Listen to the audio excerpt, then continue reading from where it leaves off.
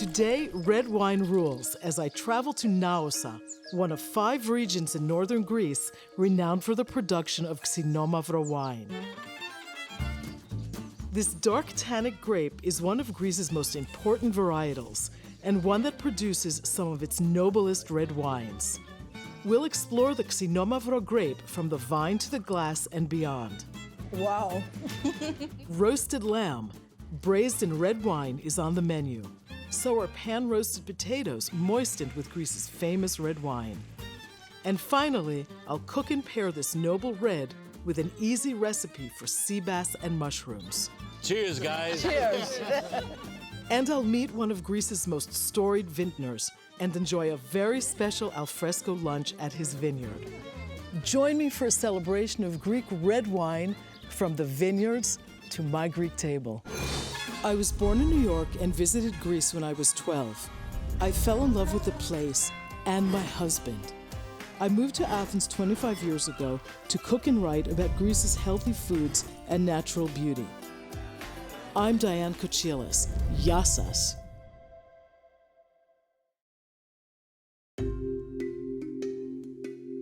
Viticulture and wine have been part of Greek culture since the late Neolithic period, 6,000 years ago.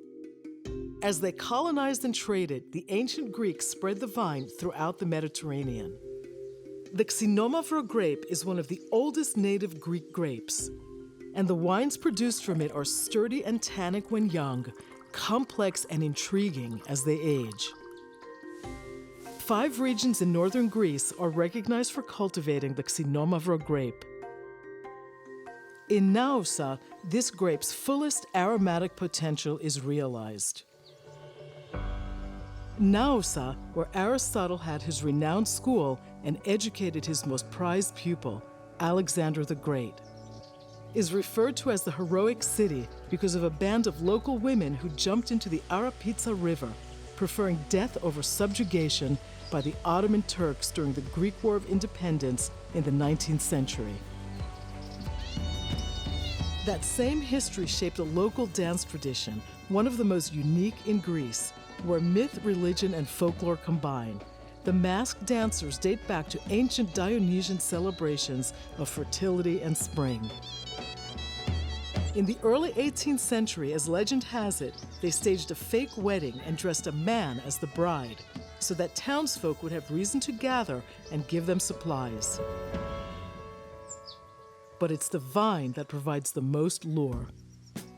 Some 20 vineyards blanket the slopes of Mount Vermilion surrounding Naoussa proper, and I am eager to learn more about the unique Xinomavro variety from 5th-generation winemakers Stelios and Michalis Boutaris, who now run the family vineyard. My father is the Pope of Greek wine. Your father's a rock star, Stelios. The whole modern history of Greek wines is linked to their illustrious family. Xinomavro is such a complex wine. How would you describe the flavor of the Xinomavro? So Xinomavro has a beautiful light color. Okay. It's not a very dark grape. Okay. What is amazing, and that's why we call it the intriguing Xinomavro, it has a beautiful nose, very unique nose with lots of character. When it ages, you get this dry fig that is a beautiful flavor. The wines are very unique in Greece.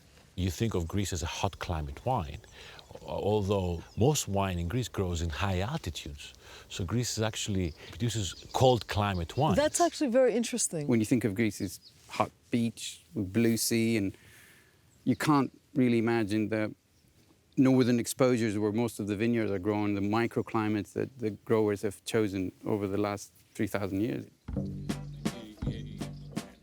This whole area down here, it's called Midas Gardens, because whatever you plant, anything, it will grow and produce the top-notch quality produce. The Midas touch. The Midas touch.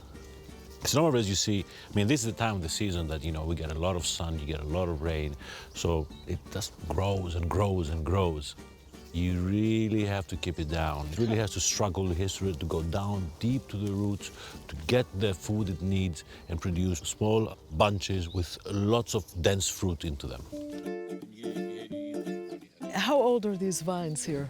Our father planted his vineyard between 68 and 72 with cuttings that he brought from Amindio, another region behind the mountain. Further north, yeah, a little further north. You remember your dad when he was planting these?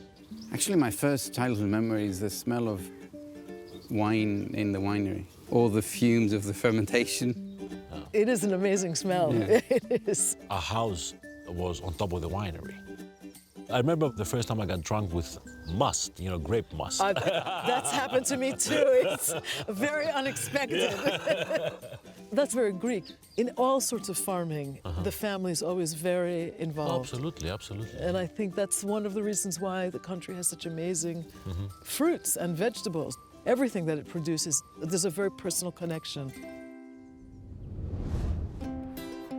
This is a dish I cook all the time at home. I like to sit at my kitchen counter and enjoy a nice meal with my husband. Just the two of us, something very simple, but also something a little special. And for me, the go-to meal for that is something you might find a little bit unusual. Fish cooked with mushrooms and red wine. I've got my onions and garlic, the very base of almost all my Greek dishes. And I've got a couple of different types of mushrooms here. I've got beautiful portobellos and just simple but really fresh button mushrooms. I'm adding my mushrooms to my pan. Greece is a mushroom lover's paradise, and it's something that a lot of people actually don't realize. Mushrooms are part of one of the seasonal things that people anticipate. Almost everyone who knows a little bit about mushrooming will go out and forage for some. I'm gonna put the lid on just for a minute to let the mushrooms cook in their own juices. And the only herb I use in this dish is a little bit of thyme, because it's a very gentle herb and it goes beautifully with the delicate flavor of the fish. And let me see what's going on with my mushrooms.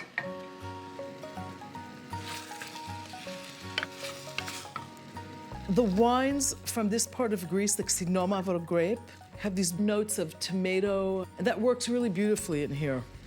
And I'm gonna add a little bit of acid to this dish, just some sweet Greek balsamic vinegar, just enough to give an underlying acidity that brings everything together. And my other ingredient in this dish that will help thicken the sauce is just a little bit of tomato paste. Season my dorade a little bit. My fish fillets, skin side up.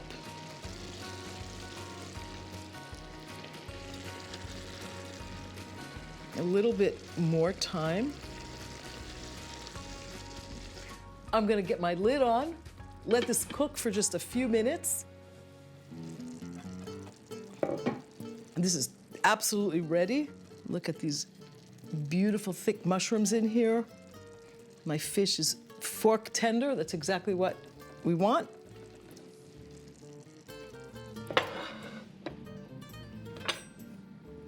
This is something I whip together pretty often. Everyone in the family loves it.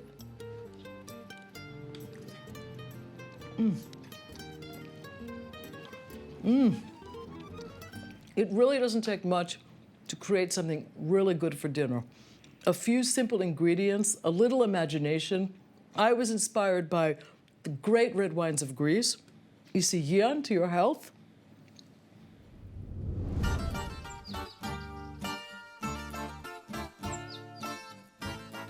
Yannis Boutaris is something of a legend in Greece. He is the father of modern Greek winemaking. I'm really very, very happy to see you today. I'm very happy to see you today, too. I first met him when I was just starting out in the food world, more years ago than I want to admit. At the time, the family company employed a legion of Greece's best and brightest young winemaking talent, most of whom have gone on to establish successful vineyards of their own. His sons, Stelios and Michalis, fifth-generation vintners, run the company now. I lived through the history of wines, in a way, through the history of your company. When you came of age in the business, what was the state of Greek wine? In the 60s, when I entered the business professionally, there were around 70 wine-making installations in Greece, selling bulk wine. There were really no bottled brands. Your family was the first to bottle? Yes, Okay. yes. Today, There are more than 700. In the 60s, there was only one winery in Naoussa. Now, there are more than 20. More than 20. More than 20. And all of them estates. And these were all growers, grape growers. Right. That the model, the French model of the vigneron winemaker, you know, like the grape grower becoming the winemaker as well. And this brought also a very, very much higher level of the quality. And then we have the consumer. The consumer starting looking for a better wine. But it must not be anything expensive. He wants an easy wine. And easy wine doesn't mean that it's a bad wine. The producer must produce wines which are easy. Eventually, there will be some experts who will decide that, yeah, I know that this vineyard produces very good wine, but it's a very, very small piece of the market. Your two sons are now have taken over the family business in a way. Where would you like to see it go? Definitely improve the quality of the wines. Will become more recognizable. I think the future is ours. We've got a new generation of very, very well-educated enologists. And they don't only work in different wineries, they start their own business. It was very nice to see you. I see you're smiling, and I feel that you really enjoyed very much this. Add the cheers. Add the cheers.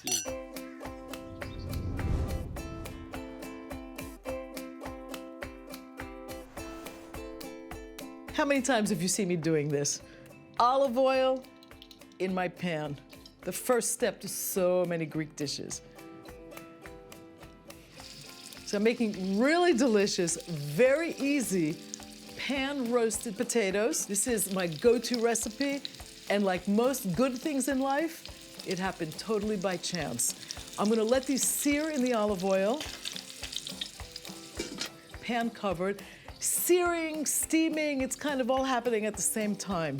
I'm just gonna give the potatoes a shake so that they roll in the olive oil and are beautifully coated. I'm gonna cut my garlic into thin slices. There's a lot of value in cooking up potatoes in a really simple way and a somewhat unusual way because these are actually cooked in red wine. I'm gonna add my garlic to this now. The reason I add the garlic at this point, I don't want the garlic slices to burn.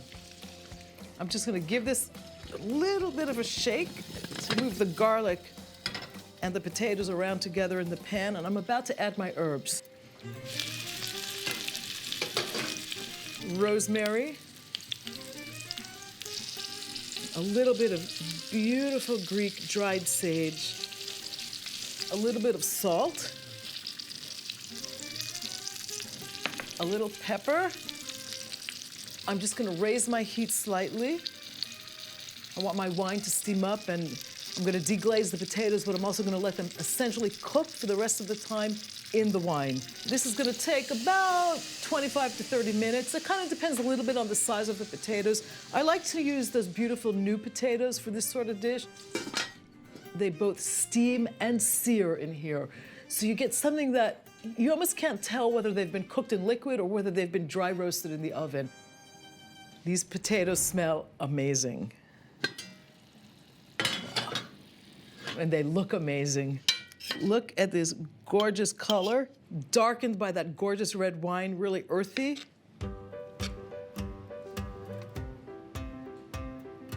Whatever little juice is left in here, I'm gonna pour right over the potatoes. These are worth waiting for.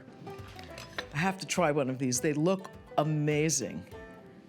It's got that gorgeous color. It's nice and crinkly on the outside and crisp, and on the inside, I can see it. It's so tender. The wine is really subtle in here. You get it in the color, but it's not overwhelming. You get a beautiful potato flavor. These make a perfect side for almost anything.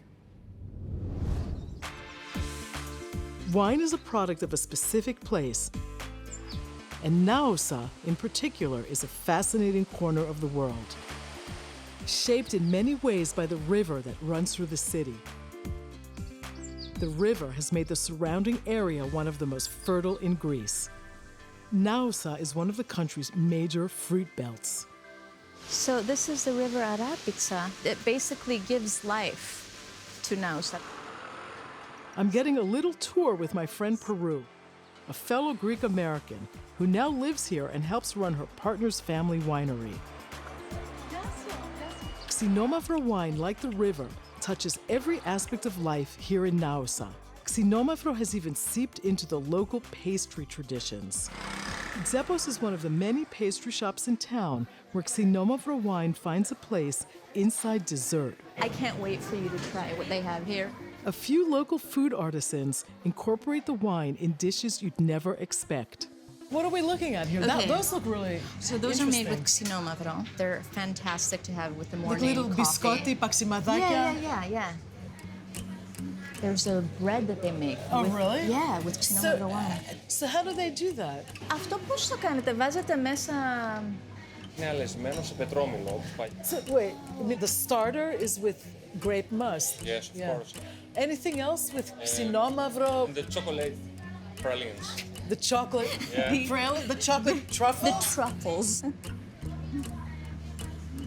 Ευχαριστούμε. They're amazing. They're amazing. You need the chocolate with the wine inside. Yes, and the cream. Wow. Red wine and chocolate.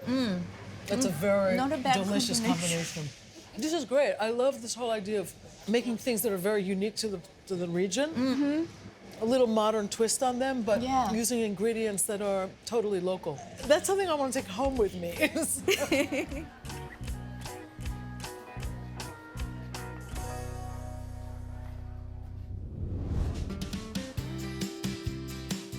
I'm just getting my vegetables for my roasting pan ready. I'm cooking you a great roasted lamb dish today. I'm gonna stuff my baby leg of lamb here with some spices, some Greek cheese, and lots of garlic. Just wanna get the bed ready first. So beautiful, coarsely chopped fennel. I've got red onion and celery stalks in here. And I'm just going to empty this onto my roasting pan. It just adds beautiful flavor. I'm also adding some Greek herbs, beautiful Greek dried sage, rosemary. You can break it up a little bit, you can leave it whole, and some bay leaves. The next step for this gorgeous leg of lamb is to make my spice mixture. I'm using a lot of garlic, allspice berries, and some black peppercorns. I'm just going to pound this to a paste. I like to do this by hand in a mortar and pestle as opposed to using a spice grinder because I really like the whole notion of being totally there when you're cooking, using your hands, getting the aromas. You get this beautiful result, which is exactly what you want to look for. I'm just going to mix my cheese and spices together. This is called kefalograviera. It's a beautiful sheep's milk cheese. This is going right into my bowl. And I'm going to mix this all together. I'm ready to make incisions into my lamb and fill it with this gorgeous mixture.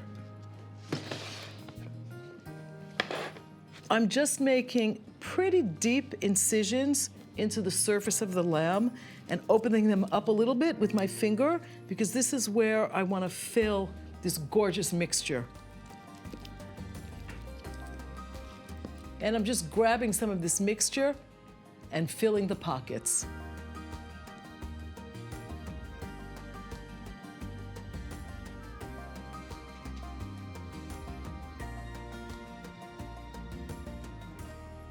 Roasted lamb and Greek red wine are made for each other.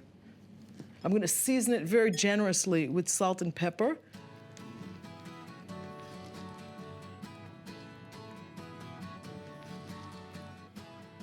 Oh, that is a beautiful sight.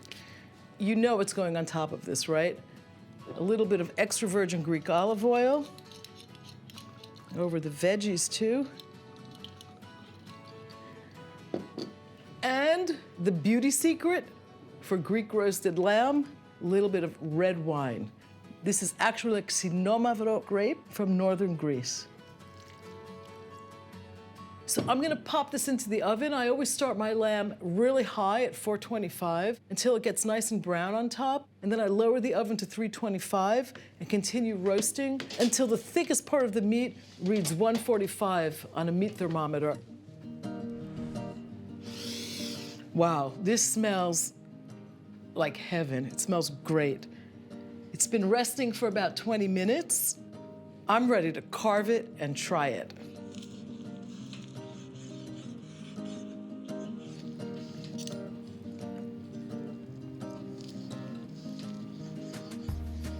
I'm ready to plate this, ready to serve it. Oh, this smells so amazing. And I want to just get a little bit of the pan juice. I can't wait to try this.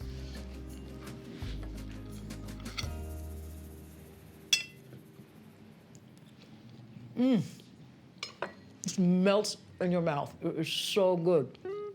It's so delicate, but it's also infused with all those heady flavors.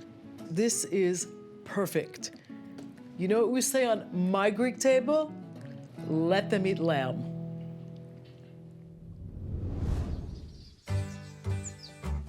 One of the great things about the Naoussa region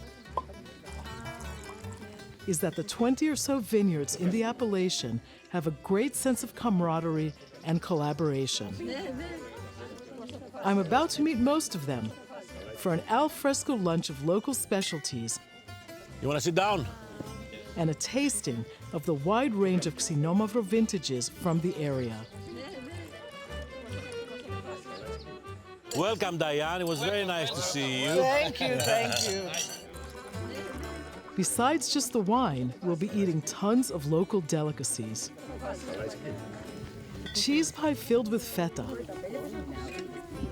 A cured pork marinated in local wine. Xinomavro grape leaves stuffed with rice and herbs. The grape leaves from Xinomavro have this other taste, kind of a sour. It's a little bit more sour. Yeah, isn't it? these taste different. Stew-style pork with leeks. And graklianos, a local baklava with grape molasses. You all drink each other's wines, of course. Yes. Here we're lucky that we have a little bit of everything. You have a little bit of everything. And how often do you get together? Officially, at least once a month. As a σύνδεσμος συνοπιών. The local wine Local wine association, council, yeah? yes, yeah. Great lunch, beautiful wines, and one more surprise. The Yenitsari and Boules are here. Welcome them. Food, wine, and ancient traditions are woven together into the rich cultural fabric of Naoussa.